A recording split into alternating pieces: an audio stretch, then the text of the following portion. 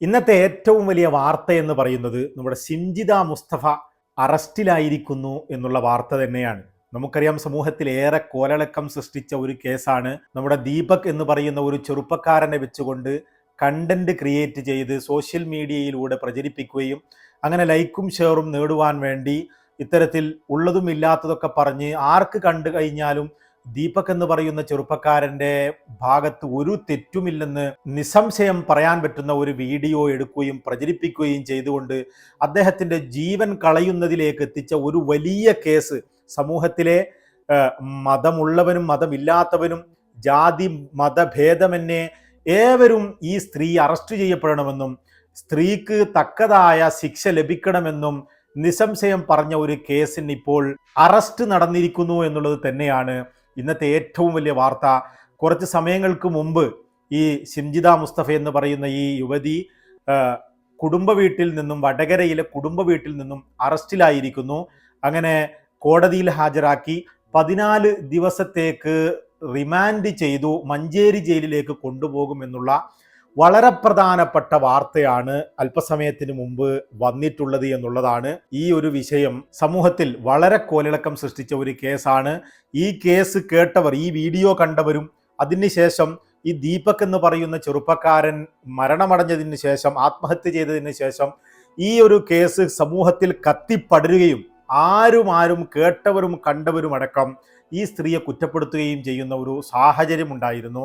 സ്ത്രീ ചെയ്തത് വളരെ മോശമാണെന്നും ഇനി ഒരു രീതിയിലും ഇത്തരത്തിൽ ഒരു യുവതിയും സമൂഹത്തിൽ ബസ്സിൽ കയറിയോ അല്ലാതെയോ ഇത്തരത്തിൽ പുരുഷന്മാരെ അപമാനിക്കുന്ന രീതിയിൽ യാതൊരുവിധ കേസുകളുമില്ലാതെ കണ്ടന്റ് ക്രിയേറ്റ് ചെയ്യുന്ന ഒരു സാഹചര്യം ഉണ്ടാവാനേ പാടില്ല എന്ന് സമൂഹത്തിൽ സോഷ്യൽ മീഡിയയിലൊക്കെ വളരെ വലിയ അഭിപ്രായങ്ങൾ വന്നിരുന്നു.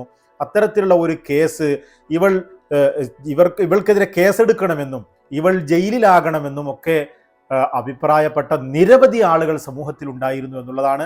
എന്നാൽ അതിൻ്റെ ഒരു തുടക്കം എന്നോണം സിംജിത മുസ്തഫ ഇപ്പോൾ പിടിയിലായിരിക്കുന്നു. വടകരയിലെ ബന്ധുവീട്ടിൽ നിന്നാണ് ഇത്തരത്തിൽ പോലീസിൻ്റെ ഒരു രഹസ്യ നീക്കത്തിനിടെ പിടിയിലായത്.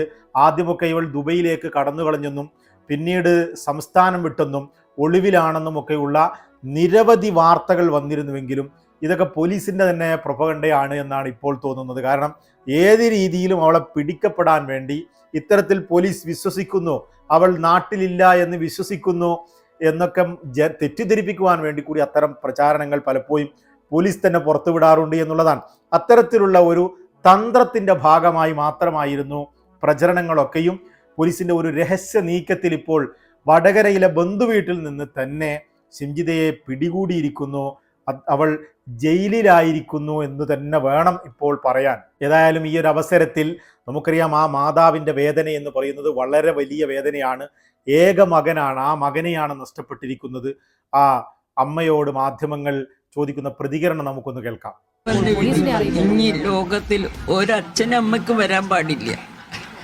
എനിക്ക് അതാണ് എൻ്റെ ആഗ്രഹം. അവളെ പിടിച്ച് അതിന് തക്ക ഇത് കൊടുക്കണം.